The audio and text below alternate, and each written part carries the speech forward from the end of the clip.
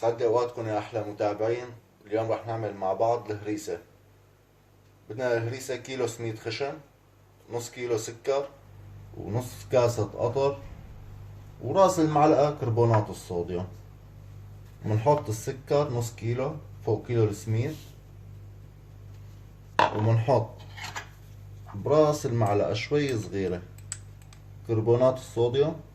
نحركهم كتير مظبوط ببعضهم.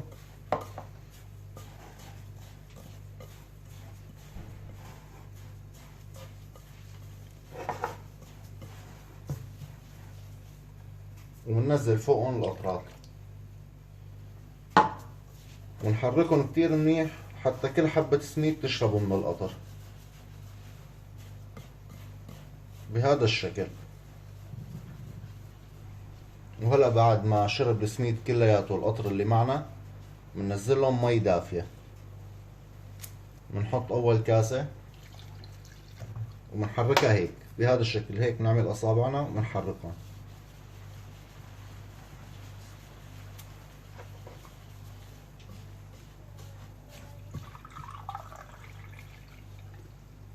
بنحط الكاسة الثانية،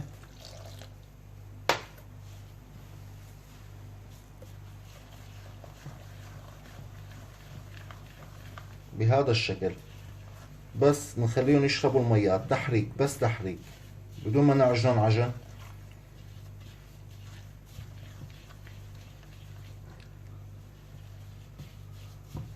بدنا اياهم هيك بهذا الشكل، لا مي كتير ولا مي قليل.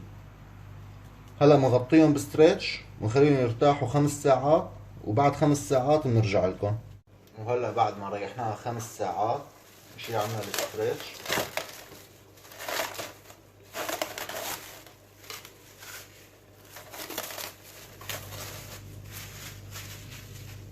صارت معنا بهذا الشكل، صارت مثل العجينة. نعمل لها تحريكة.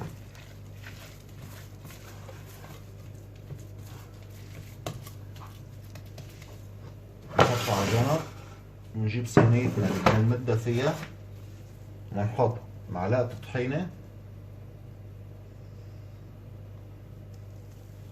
ونحط لها معلقة سمن عربي. هاي بترجع اختيارية إلكم، فيكم تحطوا سمن عربي وفيكم تحطوا سمن عادي. وبندهنها كتير منيح للصينية، واهم شي الحواف عشان ما تلزق.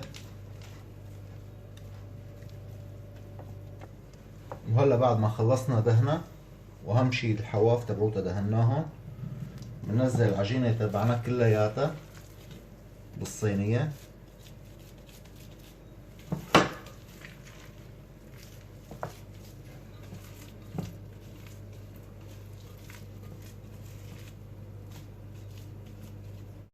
وهلا بعد ما خلصناها مد، فينا نزين بأي شي بدنا اياه.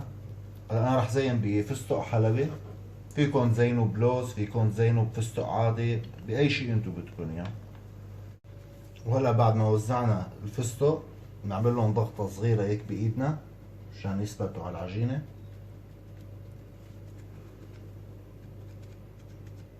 ومندخلها على فرن محمى من نص ساعة على درجة حرارة 200، شغال بس من تحت لمدة نص ساعة. وبعد نص ساعة بنرجع بنشوفها إذا بدها ولا لا. بس هي بتاكل تقريبا نص ساعة، ما بتاكل أكتر من هيك من تحت. والقطر ما رح نسويه لقبل ما تستوي بشوي، لحتى ننزل القطر سخن عليها.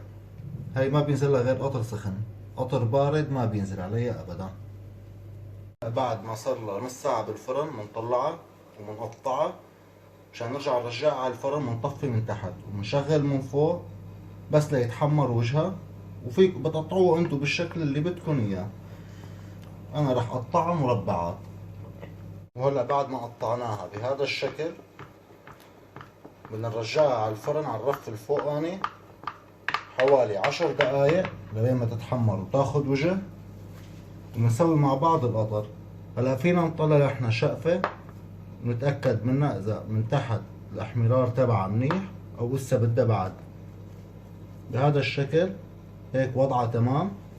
بنرجعها، بيكون بس بدها تحمير عن الوجه. وهلا رح نعمل مع بعض القطر بيلزمنا لهي الصينية 3 كاسات سكر، كاستين مي، ومعلقة كبيرة ليمون. بنحط المكونات كلياتها مع بعضها. بعد ما غلى معنا القطر بنغوص تحته نخليهم يغلوا دقيقتين 3. بننزل له معلقة سمنة كبيرة مشان يذوب مع الأطراف. وهيك صينيتنا صارت جاهزة. وهلا بننزل القطر عليها الكمية اللي عملناها، بنوزعها عليها بشكل متساوي مشان كلياتها تشرب.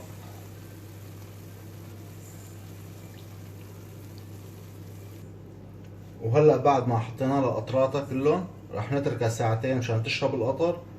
بنرجع لكم بعد ساعتين ونفرجيكم اياها كيف صارت. وصفتنا لليوم صارت جاهزة بعد ساعتين. ولا تنسونا بالمتابعة والتفاعل ليوصل لأكبر عدد من المتابعين. شكرا كثير لكم وصحتين وهلا.